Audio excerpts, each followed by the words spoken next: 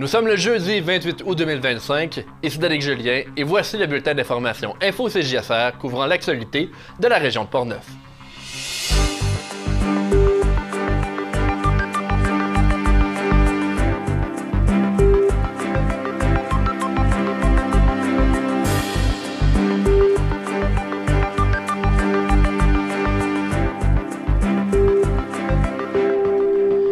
Glissement de terrain à Saint-Uribe un mois plus tard. Quelles sont les actions entreprises par la communauté pour venir en aide aux sinistrés?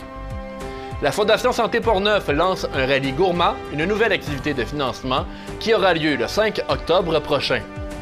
Le projet de requalification de l'église de Saint-Léonard de Portneuf avance. Une nouvelle cuisine collective y a ouvert ses portes. Et finalement, plusieurs événements ont lieu dans Portneuf cet été. Nous ferons un retour sur plusieurs d'entre eux, tels que l'atelier d'écriture de la Maison Plamondon. Ici, on se crée des souvenirs au fil des saisons et on vit au rythme de nos passions.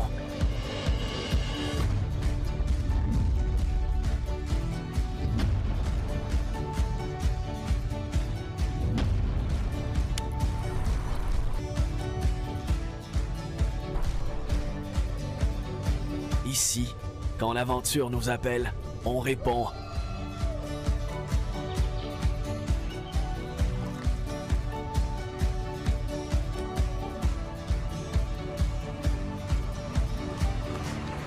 Ici, à Saint-Raymond, ma destination pour un séjour plein air réussi.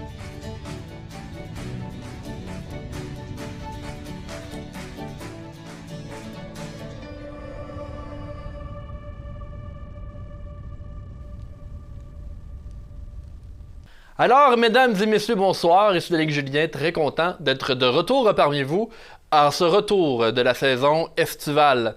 Cette semaine, nous allons faire un retour sur les actualités qui ont marqué Portneuf durant l'été.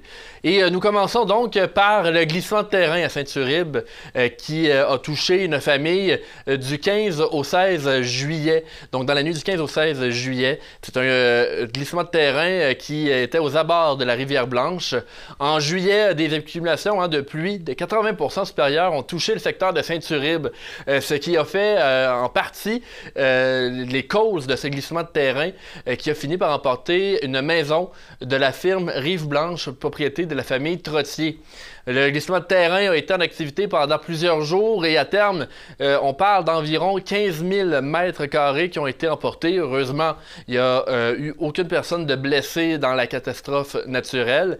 Avec un terrain si important touché par le glissement de terrain, une portion du rang de la rivière Blanche a aussi, pendant un moment, été fermée à la circulation. Peu de temps après l'événement, une campagne de sociofinancement a fait son apparition sur Internet pour venir en aide aux sinistrés.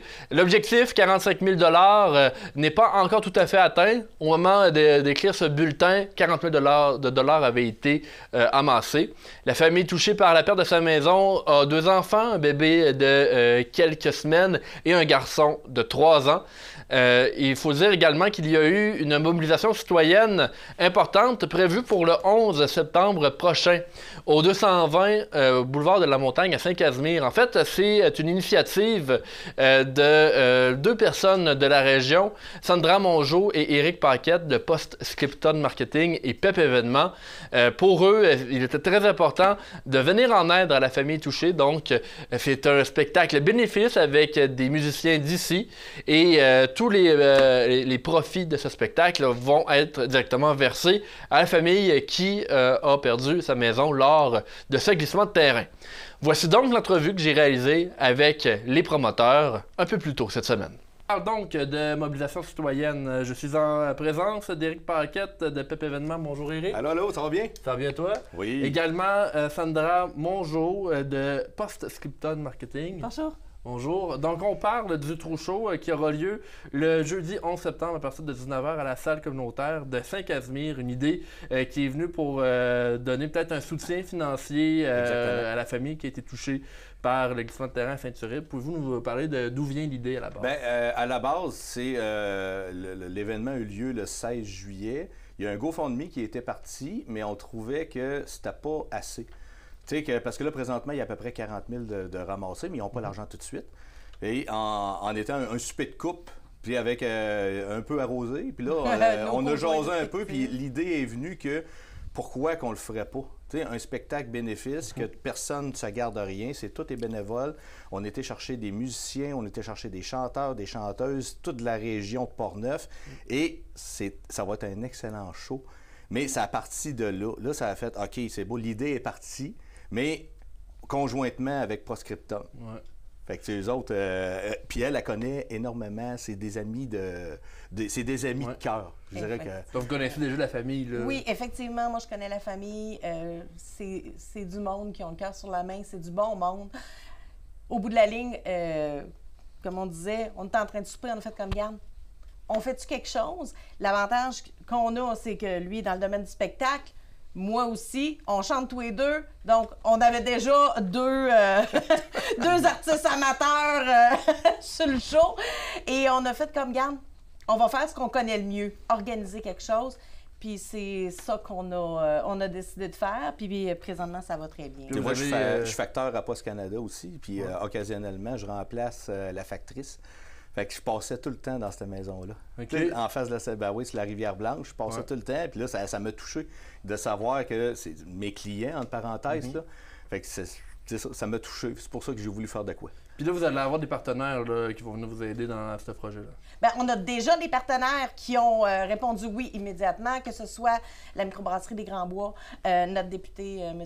Godin, qui nous donne des sous pour nous aider, le casse-croûte Saint-Caz, qui va nous aider à nourrir tous les bénévoles, parce qu'il faut comprendre que personne ne fait une scène avec ça. Là. Nous autres, tout ce qui va être injecté comme argent par les citoyens qui vont venir voir le show, par les commanditaires, vont être remis à la famille. Donc, à partir de là, le casse-croûte Saint-Caz, on a... qu'est-ce qu'on a? La salle communautaire, oui. La salle communautaire qui est fournie par la ville de Saint-Casimir. Exact. Fait que c'est pour ça que nous autres, le but, c'est de ramasser le plus possible. On n'a pas de montant maximum, mais on parle aux entrepreneurs. Tous ceux-là qui ont une business, peu importe, de coffrage, de portes et fenêtres, de construction, des matériaux, peu importe l'entreprise qu'ils peuvent fournir. Regardez ce qui s'est passé à Princeville, le glissement de terrain qui avait eu lieu. En quelques semaines, ils ont ramassé 500 000 pour le monsieur. Ils ont même fourni un tracteur à gazon. Fait que, on parle à l'équipement Jocelyn Frenette. On ne sait pas s'ils veulent fournir un petit quelque chose pour le compter. Fait qu'eux autres, ils n'ont pas demandé ça là, du tout. Là. C'est arrivé à 1h du matin, le chien s'est mis à japper, ils se sont réveillés en sursaut, il n'y avait plus de grange en arrière, ils ont sorti à temps parce que le lendemain matin, la maison tombait. Fait que c'est là qu'eux autres, vraiment, ils n'ont plus rien parce que c'est un act of God. Ce n'est pas assurable. Effectivement. Donc, ils ont tout perdu, même les meubles. D'ailleurs, Paris, Meubles Paris, Accent, ils vont fournir, je ne sais pas combien encore, puis c'est ça, ils ont accepté de fournir, je ne sais pas si ça va être en crédit, je ne sais pas si ça va être en argent, mais l'important, c'est que tout le monde peut... Il n'y a pas de petits montants dans ce moment-là. Donc, pour votre trou chaud, le coût à l'admission, c'est 10 $. 10 à l'entrée. Bon, on dit 10 $ et plus. C'est ça. Il va y avoir des barils pour ramasser. C'est ça. Contribution volontaire, il va y avoir des barils à l'intérieur. 10 $ et n'importe quoi qui passe de 10 $ à 100 $. Et de la vente de la bière des Grands Bois qui vous est fournie, donc au prix... Eux autres, autrement dit, ils nous le mettent au prix COS. Ouais. Eux autres, ils se repayent avec ça tout simplement, mais tout l'excédent le profit s'en va pour les sinistrés. Pour les sinistrés. Donc, on peut peut-être rappeler l'endroit, l'heure, puis peut-être, ils vont, je crois, 8 artistes environ. Ça va être l'équivalent à peu près de 20-25 chansons. Ça va être 1h30 de show, grosso modo. Okay. Il va y avoir de la musique avant et de la musique après. On regarde pour avoir des petits cocktails ou quelque chose de même, des petites bouchées ou quelque chose comme ça. Mais grosso modo, ça va être une belle soirée. Ça ne sera pas une soirée de deuil, là. Ça ne sera pas à se déchirer les veines. Là. Il va y avoir de la musique d'ambiance, il va y avoir beaucoup de talents locaux aussi qui vont être là. On fait un party pour la bonne cause. Exactement. Ça va se passer le 11 septembre. C'est à 19h, à partir de 19h, au 220 Boulevard de la Montagne, qui est la salle municipale de Saint-Casimir. Alors, Sandra Mongeau, Éric Paquette de Postscriptum Marketing et PEP Événements, je vous remercie tous les deux d'être venus. Merci beaucoup. Merci de nous avoir reçus. Merci. Une autre initiative est intéressante pour Portneuf. C'est la Fondation Santé Portneuf qui lance le rallye gourmand qui aura lieu le 5 octobre prochain. Le but, c'est de récolter des fonds pour pouvoir mener à bien la mission de Santé Portneuf. Je me suis déplacé au bureau de la Fondation la semaine dernière pour parler avec le directeur général Mathieu Plante.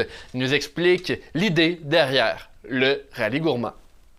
Ici Danick Julien de CJSR, présentement dans les locaux de la Fondation Santé Portneuf avec le directeur général Mathieu Plante. Bonjour Mathieu. Allô Danick, ça va bien? Ça va bien vous? Ben oui, ça va super bien. Mathieu, on est ici parce que la Fondation Santé Portneuf multiplie les efforts de mobilisation dans la région. Oui. Dans la dernière année, on a remarqué la Loto-Fondation, le Grand Bal qui est de retour et aujourd'hui, on annonce une troisième activité assez intéressante, le rallye gourmand de la Fondation Santé Portneuf. Oui.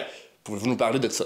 Ben oui, en fait, ça vient d'une idée où on voulait vraiment mettre en lumière tous les producteurs, les entrepreneurs de la région et tout ça. Puis on se dit comment qu'on pourrait faire pour mobiliser les gens autour de notre mission qui est la santé, mais de mettre en lumière toutes les belles entreprises qu'on a dans la région et tout ça. Puis on s'est dit, ben quoi de mieux que de faire découvrir dans une journée, dans un rallye gourmand, certains entrepreneurs de la région en collaboration avec la MRC puis Culture de Saveur qui nous a aidés à sélectionner les différents arrêts. Donc, c'est une belle journée qu'on va avoir le 5 octobre prochain où les gens vont pouvoir découvrir 8 arrêts gourmands durant la journée avec plein de surprises, une belle journée, des belles couleurs d'automne. Ça va être formidable. 8 arrêts séparés sur 150 km, oui. Parce qu'on le sait, Portneuf, on en a quand même du territoire et des endroits à découvrir. J'aimerais parler de la mission de la Fondation Santé Portneuf. Évidemment, on veut mobiliser les gens pour aider le système de la santé, en fait, les services en santé dans Portneuf. Oui. Dans un court, moyen terme, c'est quoi les enjeux qui sont importants dans la région au niveau de la santé? Bien, je pense que notre nouveau slogan parle de ça, prendre soin de nous chez nous. Donc, c'est comment garder des services de santé de proximité dans notre région pour enlever le stress de devoir se déplacer, entre autres à Québec, pour avoir certains soins ou certains suivis. Donc, ça fait partie de nos préoccupations à tous les jours d'essayer de conserver puis d'ajouter des services dans la région en santé pour l'ensemble de la population, que ce soit du jeune enfant jusqu'à la personne aînée qui est en CHSLD ou est encore à la maison et tout ça.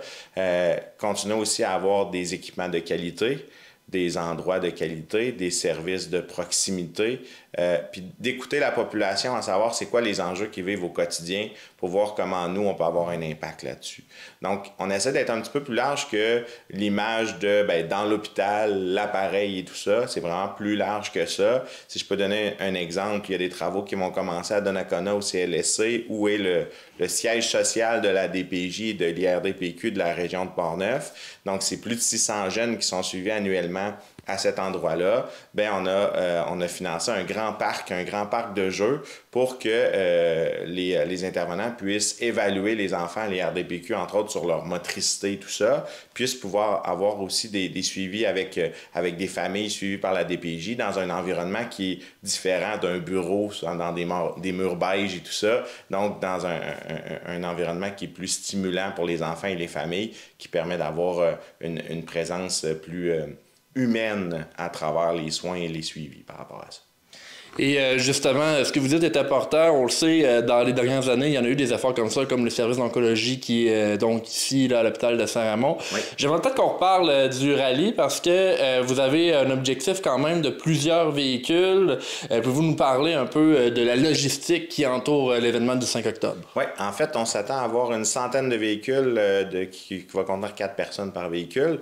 Donc, ça va être beaucoup de véhicules qui vont se promener sur le territoire. On a fait un rallye qui va suivre le fleuve. Donc, on part vraiment là, de Neuville, puis on va jusqu'à l'extrémité de la région de Portneuf. Le rallye va être en simultané. Donc, tout le monde part de Neuville, s'en va à leur premier arrêt, qui est un arrêt différent. Donc, on a divisé en 7 équipes les 100 véhicules. Puis après ça, tout le monde va faire une rotation au niveau des arrêts. Il va revenir à Neuville là, à la fin.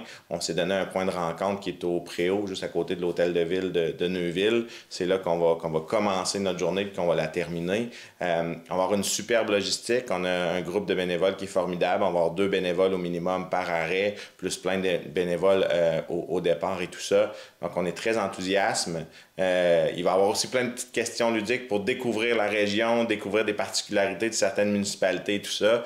Donc, ça va être vraiment une journée dans le plaisir, dans le ludique, dans la dégustation, mais qui va avoir un impact concret sur les soins de santé dans Portneuf.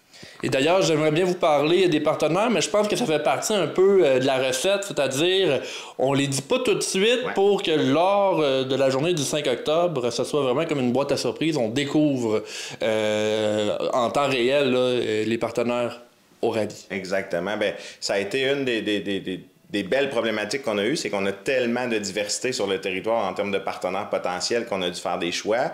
Ce que je peux vous dire, c'est ceux qui vont participer au rallye vont découvrir probablement des nouveaux endroits, peut-être des endroits qu'ils connaissent déjà, mais qui vont goûter ou découvrir des produits qui sont différents. Puis bien sûr, ils vont partir à l'aveugle. Donc, c'est vraiment un rallye où tu sais pas c'est quoi le prochain arrêt, tu dois le découvrir avec des petites questions qui sont assez simples, mais ce qu'on veut, c'est vraiment prendre en charge nos participants, puis qui vivent une journée où ils n'ont pas à se casser la tête, ils suivent des indications, ils ont du plaisir. J'aimerais qu'on parle peut-être du dynamisme de la Fondation parce que bon, vous êtes entré en poste en novembre 2024 et bon, il y a eu une offre d'emploi récemment pour rajouter une personne dans votre équipe. Pourquoi on fait ces ajouts-là au niveau de la Fondation? En fait, on a un beau vent d'eau présentement. Là. On a vraiment un beau momentum. Le Grand Bal nous a propulsé quand même de façon assez importante. Puis on a plein d'opportunités qui nous sont offertes puis qu'on n'arrête pas de penser, moi et ma collègue Marie-Christine. Donc là, on sentait qu'on avait besoin d'une 3e ressource qui va venir s'occuper justement du côté événementiel, communication et marketing de la Fondation pour nous permettre de passer à un autre niveau. C'est bien de ramasser de l'argent, puis c'est ça notre objectif à tous les jours, mais il faut s'assurer aussi d'être capable de bien la redistribuer rapidement pour avoir un impact concret. Puis on sentait que qu'on avait la capacité d'en faire plus avec une 3e ressource. Donc, c'est pour ça qu'on est super content d'accueillir une nouvelle ressource dès le 2 septembre. Ça va être annoncé, suivez nos médias sociaux et tout ça, on va annoncer c'est qui. On est super enthousiaste, puis l'automne s'annonce formidable pour la Fondation. Alors, en terminant l'entrevue, aussi, on essaie de se projeter là, dans l'avenir, peut-être dans la prochaine année. Est-ce qu'il y a d'autres événements qui sont en préparation? Peut-être que vous ne pouvez pas en parler, peut-être que vous pouvez nous glisser un mot sur les autres activités qui seront chapeautées par la Fondation Santé Portneuf. Bien, c'est sûr qu'il y a quelques scoops qu'on va peut-être pouvoir se parler dans quelques semaines, mais on est déjà en train de travailler sur le prochain Grand Bal en mai prochain. Donc, qu'est-ce qu'on fait? Est-ce qu'on garde le même endroit? Ça va être quoi la thématique? On a mis des standards assez élevés en 2025, donc en 2026, on veut continuer dans cette lignée-là.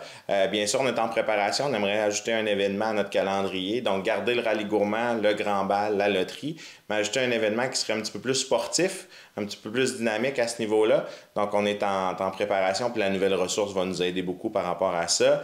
Puis plein de belles surprises que je ne peux pas vous parler encore, mais soyez à l'affût, site web, médias sociaux, on va s'en reparler assurément. Mais 2026 va être une année encore plus intéressante puis plus motivante à la Fondation Santé Portneuf. Mathieu Plante, directeur général, merci beaucoup d'avoir été des nôtres. Bien, merci, Danny. Au retour, on parle d'une saisie de dynamite ayant eu lieu à Saint-Léonard de Portneuf au début du mois. Ah, merci, madame. Moi, il y a des jours où je vends des arbres. Puis il y a d'autres jours où je me repose entre 2 arbres. La conciliation travail-retraite, le meilleur des 2 mondes. Puis achalez-moi pas. Joue-tu encore avec? Ouf, jette-moi ça. Tout ce qu'on jette continue d'exister.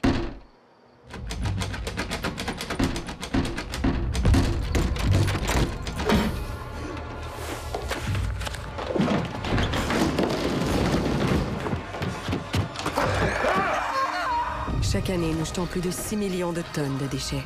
Pensons à réduire, à réutiliser, pensons à mieux consommer. Le 8 et 15 septembre, toi, puis toi, on vous veut avec nous autres pour faire la nouvelle saison d'impro. Tout âge confondu, tout le monde est le bienvenu. Yeah, ben justement, j'en ai trouvé un. Eh ben, ça n'a même pas marché, celui-là. Ah, c'est n'importe quoi. Dis, continue ton annonce avec quelqu'un d'autre.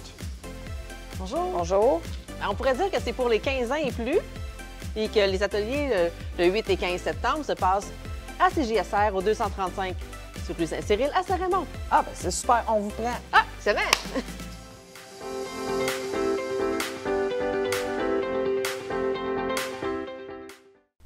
Alors, une histoire invraisemblable qui a touché Saint-Raymond et Saint-Léonard dans Port-Neuf, alors que la Sûreté du Québec a trouvé, au début du mois d'août, un inventaire important de bâtons de dynamite dans un immeuble à logement situé sur la rue principale, juste à côté de l'école primaire à Saint-Léonard, également près de l'église de Saint-Léonard. Lors de l'opération, la Sûreté du Québec a procédé à l'arrestation de Yannick Duval. Sans antécédent judiciaire, le suspect a été remis en liberté et s'était engagé à verser une caution de 1 000 $. Il sera de retour devant le juge le 28 octobre prochain pour la suite des procédures. Il faut dire que l'événement est lié avec le groupe criminel Blood Family Mafia. En fait, la Sûreté du Québec a fait un lien avec un événement qui s'est produit le 27 mars dernier lors de l'arrestation de 2 autres personnes, Alexia Eugénie Saillant et Brian Lavoie. Pour ceux qui se souviennent de cette histoire, 2 armes semi-automatiques avaient été retrouvées dans la demeure des 2 personnes. Donc, Yannick Duval, si on revient avec la saisie de dynamite, est devenu la 8e personne arrêtée dans le cadre de cette enquête qui dure depuis maintenant 6 mois. En plus de Brian Lavoie, sa conjointe et lui, 5 autres personnes avaient été arrêtées dans un autre coup d'éclat. Et cette fois, c'était sur la rive sud de Québec, le 15 mai dernier.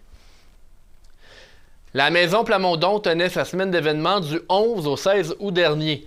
Évidemment, l'atelier d'écriture de Biz de Loco Locasse a été un franc succès. Arthur était sur place et a parlé avec les participants. Voici son reportage. On va aborder la structure de la chanson du point de vue formel. Donc, les chants lexicaux, les rimes, les assonances, les métaphores. C'est durant la semaine du 11 août qu'a eu lieu l'atelier d'écriture de chansons à la Maison Plamondon. C'est Biz qui, pour cette 7e édition, a fait office de mentor pour les 10 participants sélectionnés.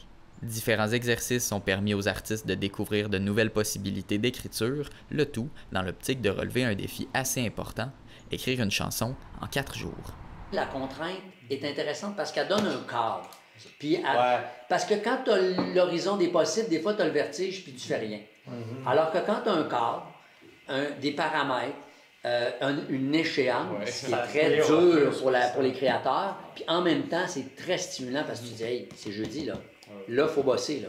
Puis mercredi, j'ai rien fait, ben je dors pas de la nuit parce que c'est ça, la création. J'avais peu de temps hier pour réécrire dans une nouvelle optique cette chanson-là. Fait que je me suis enfermée dans ma voiture, puis j'ai tout réécrit. Puis quand je l'ai présentée hier après-midi, elle venait juste d'être écrite, Biz était vraiment content. Je me laisse aller dans l'image pour que les personnes se sentent, puissent voir l'histoire. Tout au long de ces 4 journées, les participants ont eu plusieurs périodes libres pour laisser aller leur créativité et essayer de sortir de leur habitude artistique. Ça a été un bon défi. Moi j'aime les défis de toute façon. Là, ceux qui me connaissent le savent. Ça a été un bon défi parce que c'était mon premier rap, justement. Puis je suis moins porté sur la performance ces années-ci. Je suis plus porté pour être en arrière de la caméra, être en arrière de mon stylo, de ma plume, puis de gérer les projets des autres. Donc, revenir sur scène, là, c'était un bon défi. Une chance qu'on avait notre mirage. Quand on monte sur scène, on aime ça présenter ce qui nous identifie jusqu'à maintenant, tu sais. Mais là, c'est pas ça qu'on vient faire ici. On s'en vient pas présenter ce qu'on a fait à la date. On vient présenter ce qu'on a fait, ce qu'on vient de faire dans les 3 derniers jours. Puis qui est souvent comme une sortie de zone de confort. Fait que c'est juste d'assumer que le monde qui va entendre ce que je fais, ils n'auront pas entendu ce que je fais d'habitude. Ils vont avoir plus entendu ma sortie de zone de confort. Tu sais. Mais je suis à l'aise avec ça.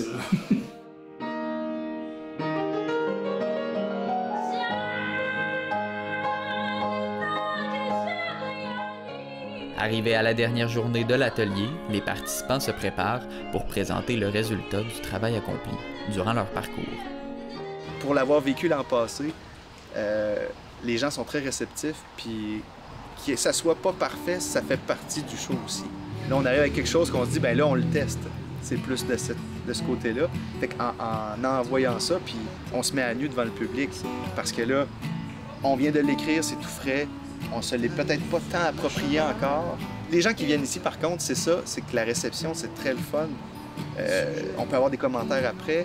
Quand on fait, mettons, avec les gens qui viennent, quand c'est comme une semi-générale, ben les gens donnent des commentaires. Ça, c'est le fun.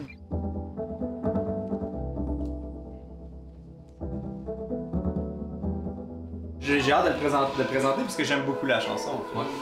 Des fois, dans des camps d'écriture, tu t'embarques dans des projets puis t'es pas nécessairement en amour avec ce que tu as créé. Mais je trouve que ça fait longtemps que j'ai ce sujet-là en tête.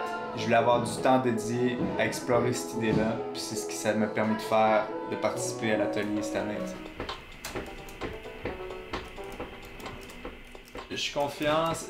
Là, c'est ce qu'on appelle genre de la mise en bouche, tu sais. Ça veut dire que là, le texte est écrit, la musique est là, l'arrangement existe. Là, c'est juste de le répéter. Dans la boue, t'es dans la boue.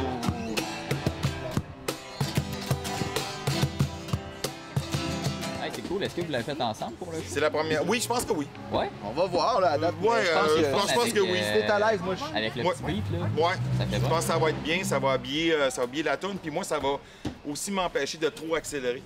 Ouais. J'ai tendance à de vouloir la faire trop vite. T'embrayes, puis wow, wow. Ça m'a permis de m'asseoir aussi avec des gens qui soit étaient moins avancés ou soit avaient besoin juste d'une écoute, là. Des fois, tu sais, je me suis assis avec Benoît, je me suis assis avec Jean-Simon, je me suis assis aussi avec Charlotte, puis juste d'écouter des fois. Moi, ça m'a permis aussi de créer des relations avec ces personnes-là qui, idéalement, vont durer longtemps. Mais aussi là, d'avoir une oreille sur d'autres chansons, puis c'est vraiment cool. Là, la chanson, elle tient, puis je l'ai beaucoup répétée, alors ça commence à rentrer. Victor est venu avec une clarinette, puis après, Hubert a embarqué avec sa guitare, et puis Charlotte est venue chanter les back vocals sur le refrain. Ça a été fait un peu sur le fait comme ça. Tout a l'air de fonctionner, alors je leur ai écrit les charts de la chanson pour qu'ils se repèrent un peu mieux. C'est plus risqué, mais c'est plus fun, quoi. Ça va être beau.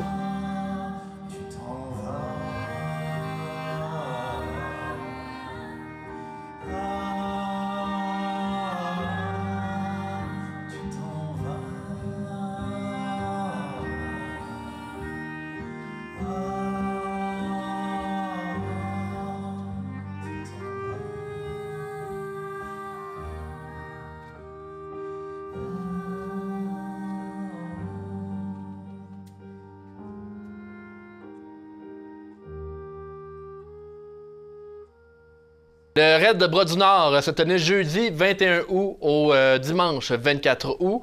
L'événement, confirmé comme étant le plus grand rendez-vous de vélo de montagne au Canada, a attiré encore une fois des centaines de cyclistes avec des départs qui ont accumulé jusqu'à 475 compétiteurs cette fin de semaine. On se rappelle, plusieurs parcours avec différents kilométrages sont proposés pour les adeptes de vélo de montagne. Il faut savoir aussi que cet événement est unique au Canada de par son ampleur.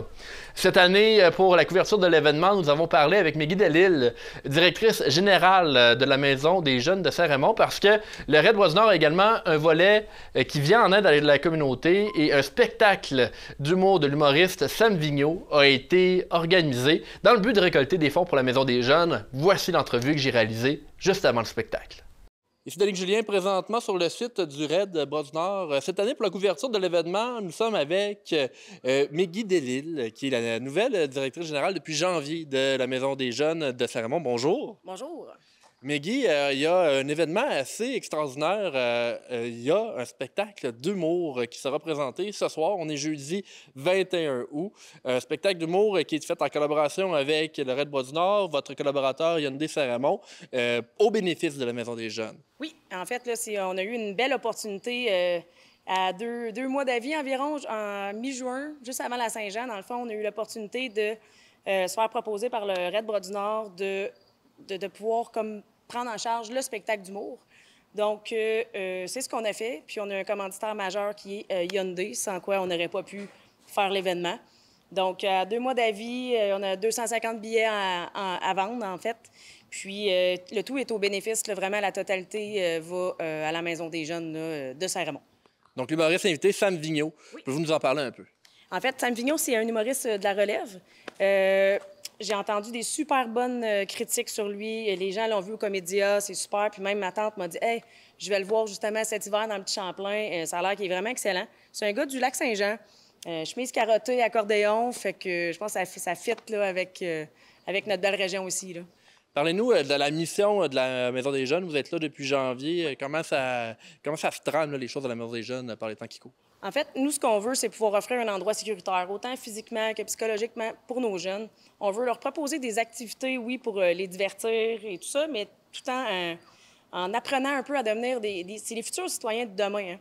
Fait que ça va être qui mettent l'épaule à la roue un petit peu pour s'engager, pour... on veut créer un peu un mini-CA avec les jeunes pour qu'ils puissent prendre les décisions dans leur maison des jeunes, qu'ils puissent décider quel type d'activité ils veulent faire, quel projet ils veulent faire, qu'est-ce qui est important pour eux. Fait que c'est vraiment quelque chose qu'on essaie de développer avec eux. Puis voilà, c'est vraiment les accompagner, en fait, là. Avec la collaboration de vos partenaires, un événement comme ça va, on l'espère, apporter certains cachets financiers qui sera réutilisé au bénéfice des jeunes. Tout à fait. La totalité va être réutilisée. Là, c'est vraiment pour la Maison des Jeunes, pour les jeunes et tout. Donc, c'est ça. La totalité des billets va au bénéfice de la Maison des Jeunes, puisqu'on a réussi encore jeudi avec Hyundai d'avoir notre commanditaire, donc ce qui couvrait les frais pour l'humoriste, en fait. Donc, mais tout va être réutilisé là, à la Maison des Jeunes, là. Est-ce qu'on peut espérer d'avoir une récurrence de cet événement-là en collaboration avec le Raid Bois du Nord? Je le souhaite vraiment. On est dans des discussions. C'est vraiment quelque chose que je souhaite et qu'on voudrait qu'il se produise. Puis, mais ça va être de regarder aussi là, avec justement les partenaires, avec le Raid, avec tout. Est-ce que c'est quelque chose qui peut être possible? Est-ce que ça sera la veille? Est-ce que ça sera une autre date? On va être en pourparlers à ce sujet-là, mais on le souhaite grandement. Alors, c'est ce qui complète notre entrevue. Mégui Delisle, merci beaucoup d'avoir été des nôtres. Merci beaucoup.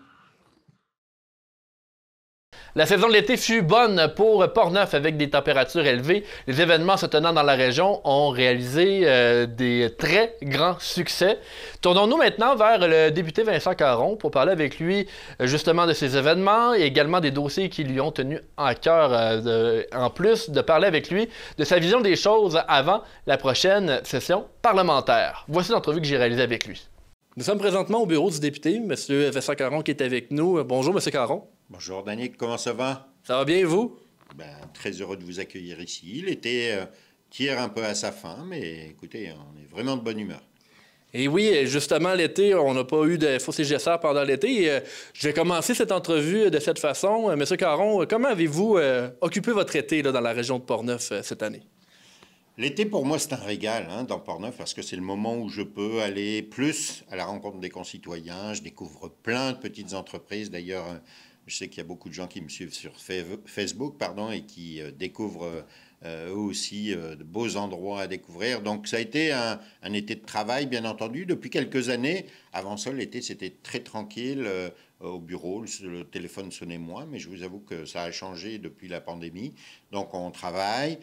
J'ai pris quelques jours de congé, bien entendu. Je ne suis pas un surhomme et puis j'aime me reposer aussi. Mais j'aime surtout découvrir ou redécouvrir Portneuf. Puis c'est ce que j'ai fait jusque maintenant. Puis il reste quelques jours pour le faire encore. Je dînais ce midi chez Miel Eco. C'est vraiment extraordinaire. Bref, des découvertes et des découvertes avec beaucoup de rencontres. Et justement, vous avez fait, oui, des découvertes, mais vous avez également procédé à certaines annonces cet été. Je commence peut-être par une annonce du côté de Rivière-à-Pierre, une aide de 150 000 $ pour la coop de Rivière-à-Pierre.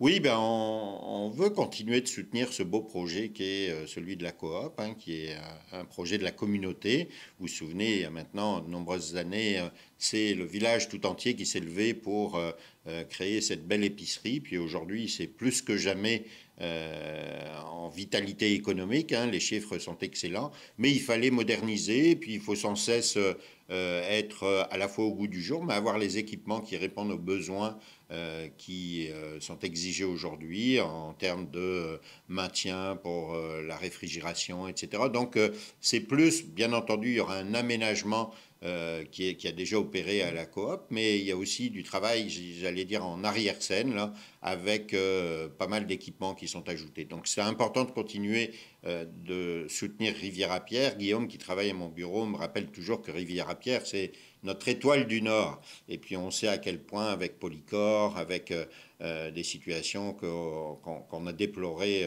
par le passé, à quel point c'est important de garder cette vitalité villageoise dynamique. Donc c'est toujours que je vais répondre présent lorsque de beaux projets comme celui-là nous seront soumis. Et je veux parler d'un autre projet qui touche maintenant Saint-Ubalde, le boulevard Chabot. Quand même un projet majeur là, que vous avez annoncé cet été, M. Caron. Un projet majeur, mais surtout un projet de longue haleine. Ça démontre qu'il ne faut jamais perdre patience. C'était très long. On a refait une partie de la route l'année dernière, mais il y a cette portion qui est au cœur de la municipalité de Saint-Ubalde, qui était vraiment problématique. Hein. Je ne sais pas si vous avez eu l'occasion de passer, notamment en période de dégel, c'était épouvantable. Ce qui était un petit peu plus compliqué, c'était bien entendu de répondre à la demande, parce que c'est quand même un projet qui est assez cher, mais il fallait concilier le travail en souterrain et le travail en aérien. Donc enfin, on a une date de début des travaux, puis on a des montants qui sont sécurisés. J'ai eu le plaisir d'annoncer ça, et puis je pense que au regard de tous les commentaires que j'ai eus, les gens de Saint-Ubalde sont très heureux. Pas seulement les gens de Saint-Ubalde, mais vous savez que c'est une route de transition pour beaucoup de gens qui vont vers la Mauricie. Donc c'est à la satisfaction de tout le monde. Encore une fois, c'est un projet que j'aurais espéré pouvoir régler comme le maire un petit peu plus tôt, mais maintenant on a la garantie que ce sera fait, et puis j'ai bien hâte moi aussi de voir les pelles mécaniques en action. J'aimerais maintenant qu'on parle peut-être de dossiers qui vous tiennent à cœur pour les prochaines semaines, les prochains mois, là, dans votre agenda de député qu'on s'est chargé. J'imagine qu'il y a des choses qui vont requérir votre attention là, pour les prochains temps. Oui, ben il y a on va bientôt retourner à l'Assemblée nationale, puis ce serait nier la réalité que de prétendre que ce sera une rentrée tranquille. Donc il va y avoir les enjeux nationaux.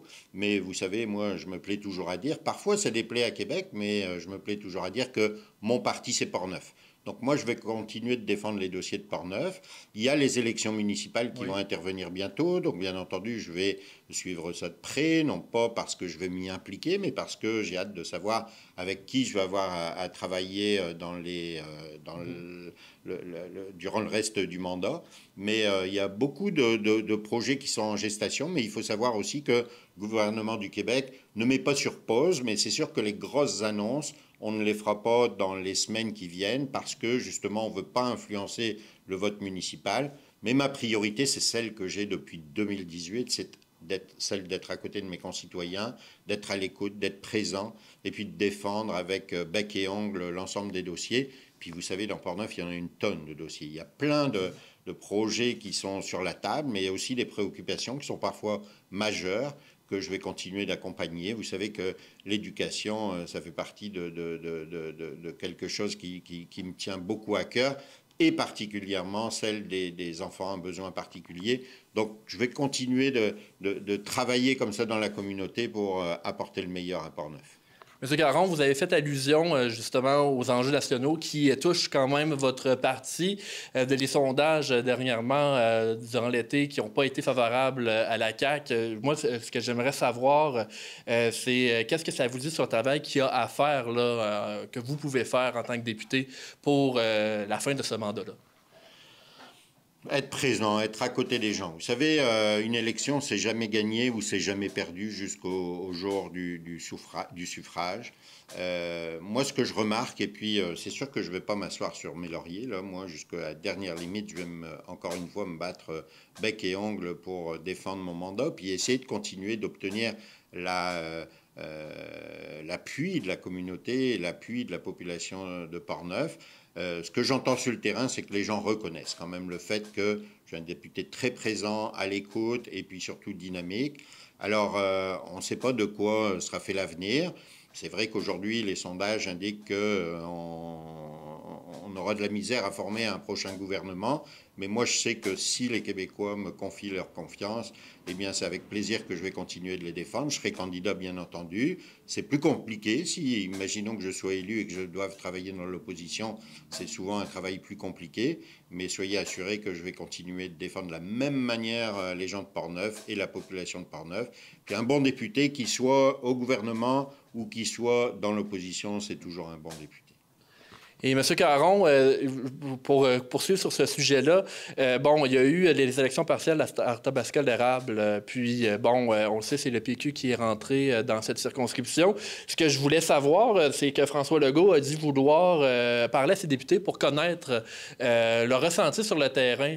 Il voulait parler à tous ses députés. Est-ce que cette conversation-là a ou va avoir lieu là, entre vous et lui? Cette conversation a eu lieu, en fait, ça a eu lieu à l'occasion d'un caucus qu'on a tenu il y a une dizaine de jours maintenant. Et puis, bien entendu, je ne peux pas trahir le secret du caucus, c'est secret, mais je peux vous assurer que je me suis adressé au Premier ministre. J'ai été très transparent sur ce que les gens me disent, c'est-à-dire que je sens que sur le terrain, là, les gens veulent plus que du changement, là. Ils veulent un revirement de situation. Peut-être que j'ai même fait partie des députés qui ont été qui ont abordé la chose de la manière la plus saillante, dans le respect bien entendu, mais je lui ai dit exactement ce que j'entendais ici dans Portneuf. Moi, je ne suis pas quelqu'un qui fait la sourde oreille, je ne suis pas quelqu'un qui joue à l'autruche et qui ne dit pas la vérité. C'est important de dire les vraies choses. Les gens de Portneuf me disent les vraies choses et moi, mon rôle, c'est de le rapporter au gouvernement, que ce soit au Premier ministre, mais aussi, je sens des tensions actuellement avec le ministre de la Santé, etc. Il y a des dossiers qui me sont adressés.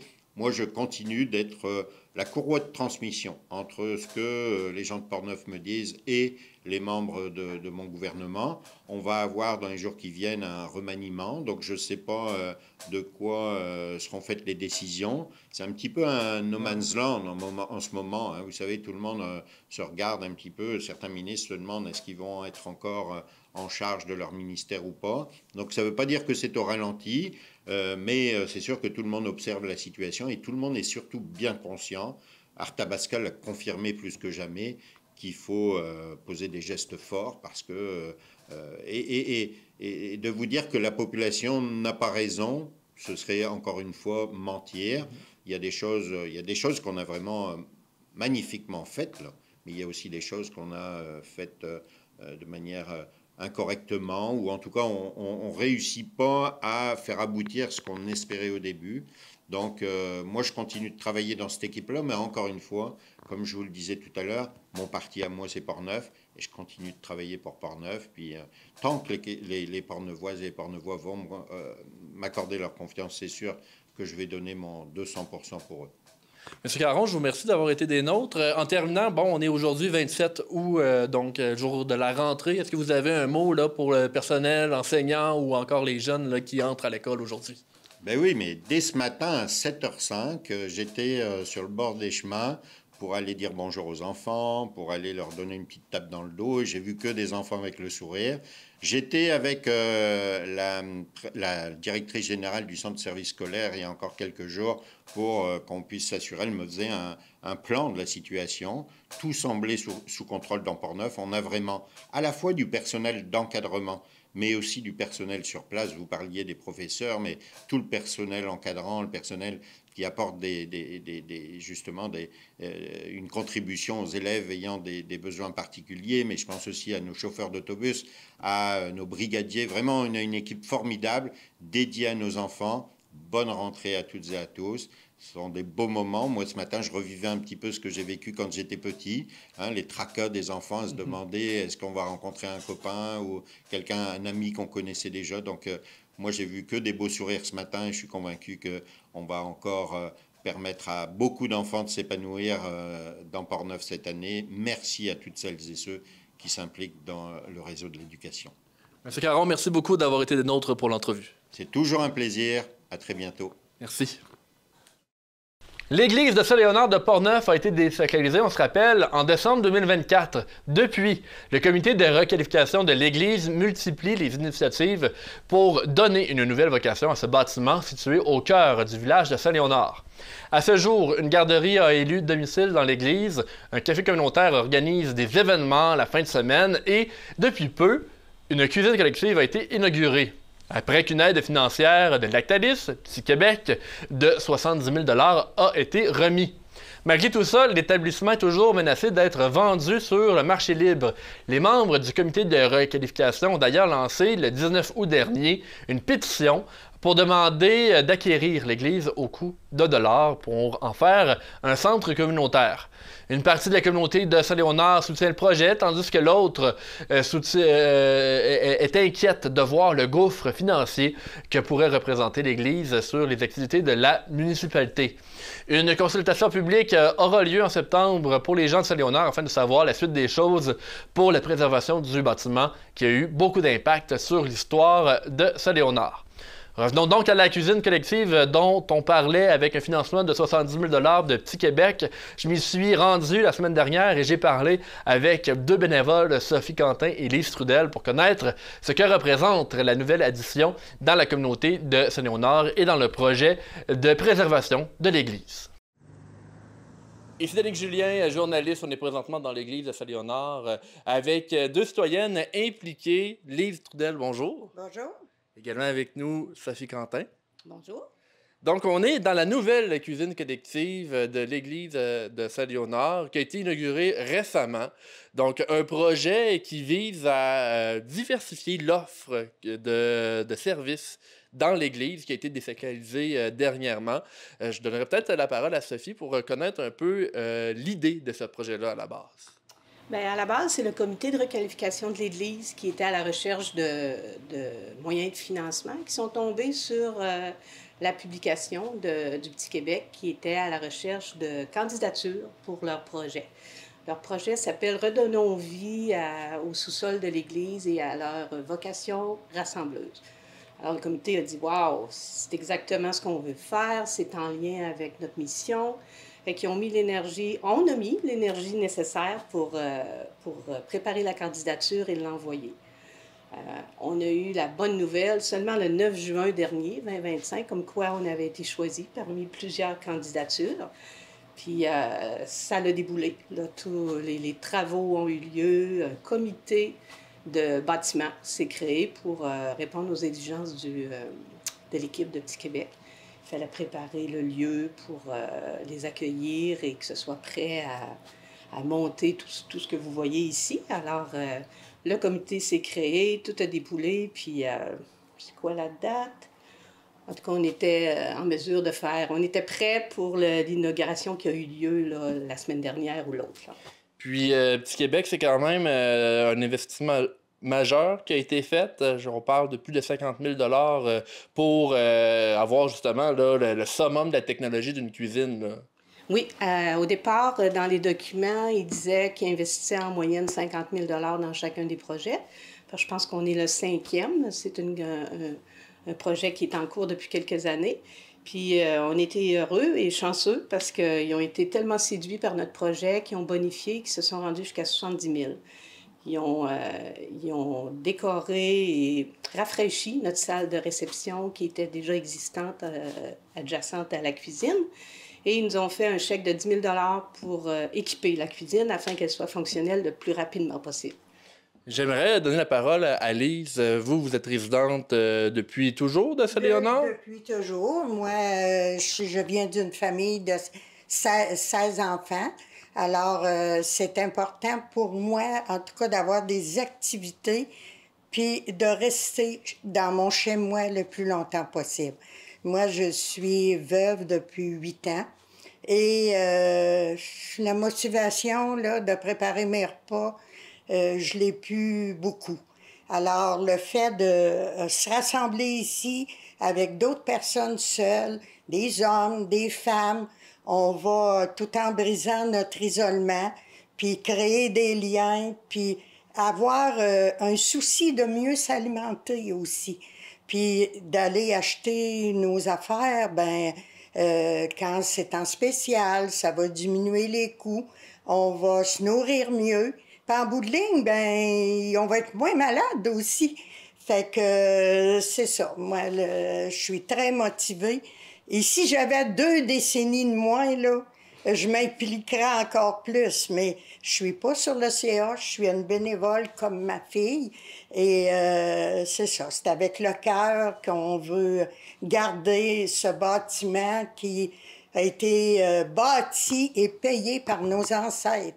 Même sur une cloche de l'église, il y a gravé le nom de mon arrière-grand-père, Ferdinand Trudel. Et j'en suis fière.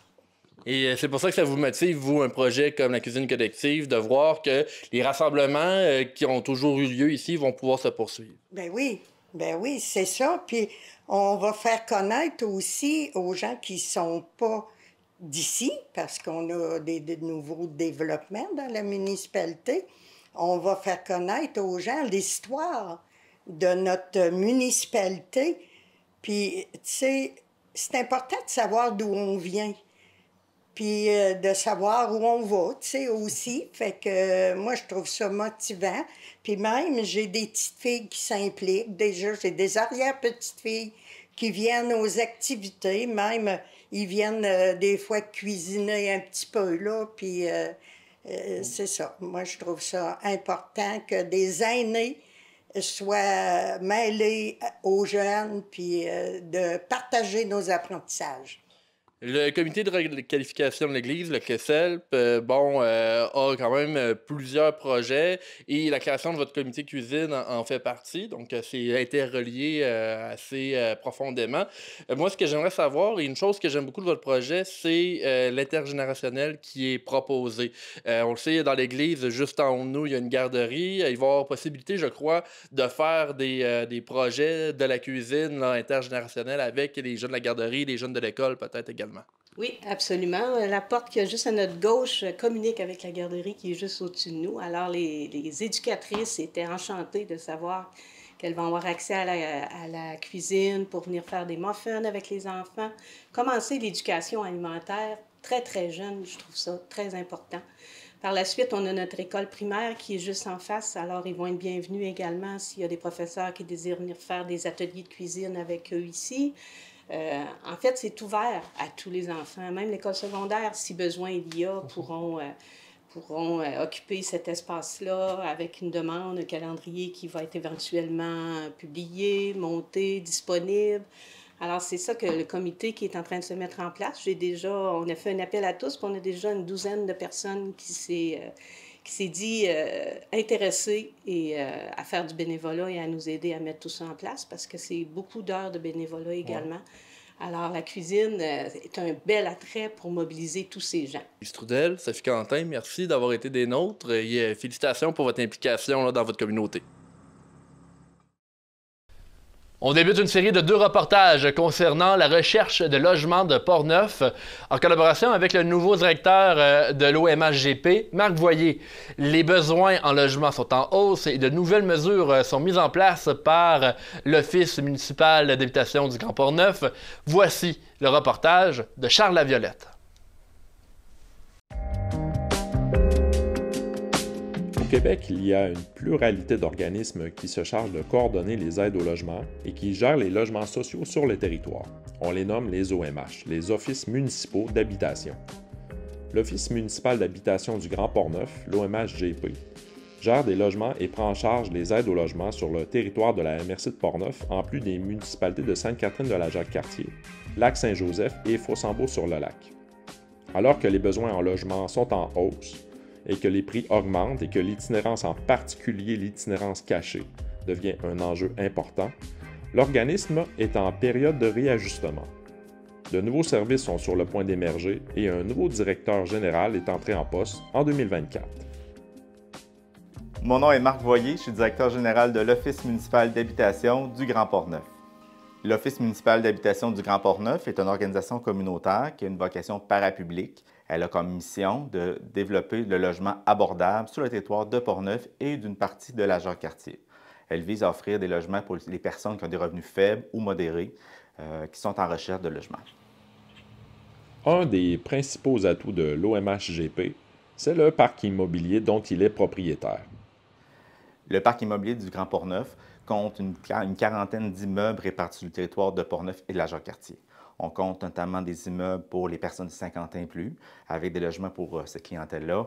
On en compte environ 301 logements. On a également des logements familles qui vont être situés surtout dans les plus grandes villes du territoire, avec environ 80 logements pour famille. Et enfin, on a des logements qu'on va considérer plus adaptés pour les personnes handicapées ou des personnes en débilitation physique. L'ensemble de ces parcs-là compte environ 500 logements qui est géré par l'Office. Et à ça s'ajoute environ 125 logements qui est constitué de logements qu'on va appeler des logements privés. Donc, c'est des logements qui sont situés dans des immeubles privés, des propriétaires privés, qui, eux, acceptent d'avoir dans leur parc immobilier un logement adapté pour la clientèle sociale qui est plus en recherche, qui est moins en moyens financiers.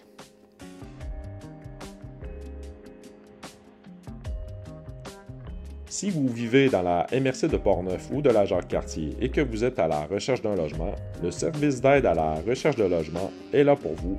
Et ce, peu importe vos besoins ou vos revenus. Depuis plusieurs années, l'Office municipal d'habitation, en collaboration avec les partenaires du milieu, travaille à atténuer l'impact du manque de logements sur le territoire de Portneuf et des environs en développant des partenariats, en axant des services pour aider les personnes qui sont en recherche de logement à se trouver un logement, notamment le service d'aide à la recherche de logement du territoire qu'on appelle le SARL. Le SARL offre des statistiques sur les besoins en logement, mais également est la porte d'entrée pour toute personne qui cherche un logement sur le territoire, que ce soit du logement social, du logement abordable ou toute personne qui cherche un logement de qualité à 2 000 $ par mois. Toute personne qui habite sur le territoire a accès au service du SARL pour répondre à ses besoins de logement. Les personnes intéressées à utiliser les services du SARL peuvent contacter l'Office municipal d'habitation au 284-0016 et en faisant le poste 0. C'est toujours le service de SARL qui va recevoir les appels et la personne qui est au bout du téléphone va faire une première vérification pour s'assurer que le demandeur ne se qualifie pas pour un programme connexe qui pourrait aider, comme par exemple se qualifier pour un logement dans un HLM du territoire. Donc, lorsqu'une personne fait une demande au SARL pour un logement, si la personne se qualifie pour un logement subventionné de l'Office, on va regarder les différents critères. Les critères qu'on va regarder, de première, c'est la provenance. Est-ce que la personne est citoyenne canadienne ou est à l'étranger? Une personne qui est nouvellement immigrante sur le territoire de Portneuf n'a pas accès au service. Ensuite, on va valider si la personne habite depuis minimalement 12 mois dans les 24 derniers mois sur le territoire de Portneuf. Selon votre situation, l'OMHGP vous dirigera vers les services appropriés. En plus de pouvoir attribuer les logements de son parc immobilier, l'Office d'habitation peut vous diriger vers ses programmes de subvention de loyer.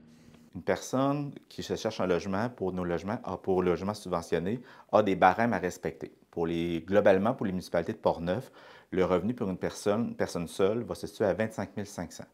En haut de 25 500 ne se qualifie pas pour un logement. Ensuite, des barèmes pour un couple, une famille. Il y a différents niveaux qui vont rentrer par la suite.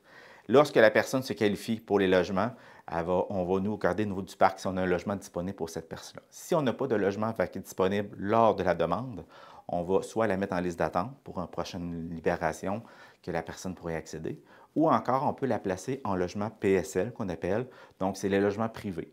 Donc une personne va recevoir un avis pour dire qu'elle est qualifiée, elle a 3 mois pour se trouver un logement sur le territoire. Dès qu'elle va trouver un logement sur le territoire, nous on va faire des démarches avec le propriétaire pour encadrer le financement. Donc la personne qui se retrouve en PSL paiera un montant environ 25 % de ses revenus, comme en HLM, mais dans un logement privé. Dans certaines situations, des demandeurs pourraient avoir des accès directs à nos logements pour certaines situations, notamment les personnes en situation de vulnérabilité, de violence conjugale, ou lorsqu'une personne est complètement à la rue. Donc, dans ce cas-là, on va vraiment profiter d'un accès accéléré pour accéder à un logement, toujours dans une optique de laisser personne en itinérance à l'extérieur, avec aucun logis, je peux dire. Donc, on sait maintenant que l'itinérance qui anciennement était présente sur le territoire, mais était plus de niveau caché, maintenant, on va la retrouver davantage.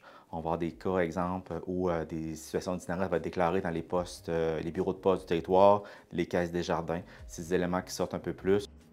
Un portrait sur l'itinérance dans Portneuf est en cours de réalisation et les résultats seront bientôt rendus publics. En attendant, on peut dire que les décideurs et les élus dans la région sont en pleine prise de conscience. Si on parle d'accessibilité, d'abordabilité et de la qualité des logements, beaucoup de ménages ont vu leur situation se dégrader dans la région. Dans une deuxième partie de ce reportage, Marc Voyer nous présentera plusieurs nouvelles initiatives qui viendront répondre à un manque de services dans la région.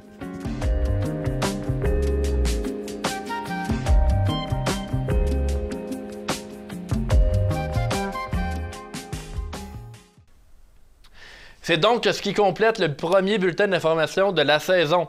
La semaine prochaine, on parle entre autres de la nouvelle salle d'entraînement de la ville de Saint-Raymond et d'un livre d'une auteure de Neuville.